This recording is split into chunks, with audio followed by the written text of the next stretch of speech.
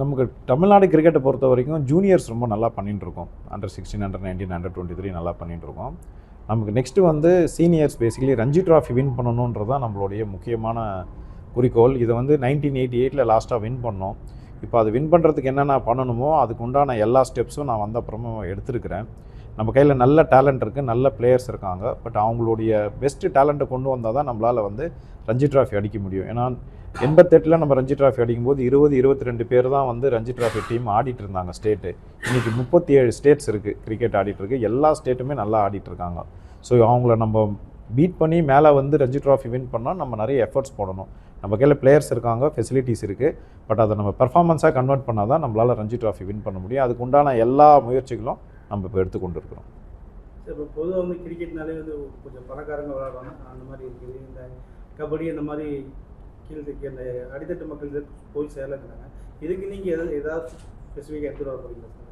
இல்லை, கிரிக்கெட்டை பற்றி ஸ்பெசிஃபிக்காக கேட்டிங்கன்னா அது ரொம்ப பாப்புலர் ஆகிடுச்சு. லாஸ்ட் 20 இயர்ஸ் 30 இயர்ஸ் நிறைய பேர் விளையாட ஆரம்பிச்சதுனால இப்போ கபடியும் நிறைய பாப்புலர் ஆகிடுச்சு. ஏன்னா கபடி ப்ரீமியர் லீக் வந்திருக்கு, நிறைய கார்ப்பரேட் வந்திருக்காங்க. எவ்வளோ கவர்மெண்ட்டால் வந்து ஓரளவுக்கு தான் சப்போர்ட் பண்ண முடியும். ஏன்னா பிகாஸ் அவங்களுக்கு வந்து ஒரு பட்ஜெட் இருக்குது ஸ்போர்ட்ஸுக்குன்னு. அதை மீறியும் தமிழ்நாடு ஸ்டேட்லேயும் பண்ணுறாங்க, இந்தியாலேயும் பண்ணுறாங்க. பட் நீங்கள் யங் டேலண்ட்ஸ் வந்து டிஸ்ட்ரிக்ஸ்லேருந்து கொண்டு வரணும், இல்லை சிட்டிலேருந்து கொண்டு வரணும்னா கார்ப்பரேட்ஸ் முன்னுக்கு வரணும்.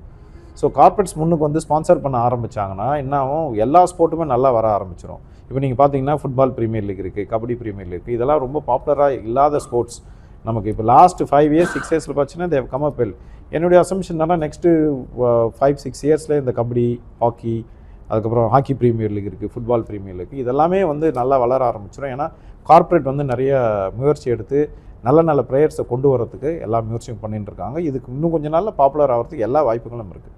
ஸோ இது தாண்டி இப்போ வந்து கபடி இதெல்லாம் பார்த்தீங்கன்னா காலேஜ் லெவலில் கபடி நடத்துகிறாங்க. அதேமாதிரி கிரிக்கெட் ஏதாவது நம்ம கிரிக்கெட் சார்பாகவே காலேஜ் லெவலில் அந்த ஜோனல் லெவலில் நடத்துறதுக்கான வாய்ப்புகள் இல்லை, ஏற்கனவே நம்ம பண்ணிகிட்டு இருந்தோம். இப்போ ஏன்னா த்ரூ அவுட் த இயர் பார்த்தீங்கன்னா கேலண்டர் ஃபுல்லாக வந்து சாக்கோ பிளாக்காக இருக்குது. ஏதாவது ஒரு டோர்னமெண்ட் பண்ணினே இருக்கும், ஜூனியர்ஸோ சீனியர்ஸோ. காலேஜுக்கு ஒன்று நாங்கள் இப்போ பண்ணுறதுக்கு ஒரு பிளான் வச்சுருக்கோம். அதை நாங்கள் இப்போது மிக விரைவில் அதை இம்ப்ளிமெண்ட் பண்ணுறதுக்கு எல்லா முயற்சியும் எடுப்போம். ஸோ ஒரு பொலிட்டிக்கல் கொஸ்டின், விசில வந்து கிரிக்கெட்னாலே விசில் தான் அடிப்பாங்க, இப்போ வேறு தடை பண்ணிட்டாங்க. இது வந்து எப்படி அடுத்து விசில் அடிக்க வாய்ப்பு இருக்குதா சார்?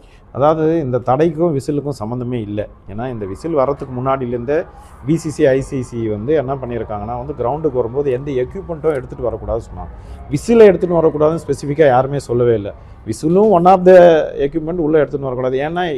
ஏன் எடுத்துகிட்டு வரக்கூடாதுன்னு சொல்கிறாங்கன்னா வாட்டர் பாட்டில், விசிலு, ஃப்ளாக்லாம் பிளேயர்ஸ் மேலே தூக்கி நம்ம கொடுத்துருக்கிற ரூல்ஸ் அண்ட் ரெகுலேஷனை ஃபாலோ பண்ணுறத தவிர இதில் nothing to talk about politic.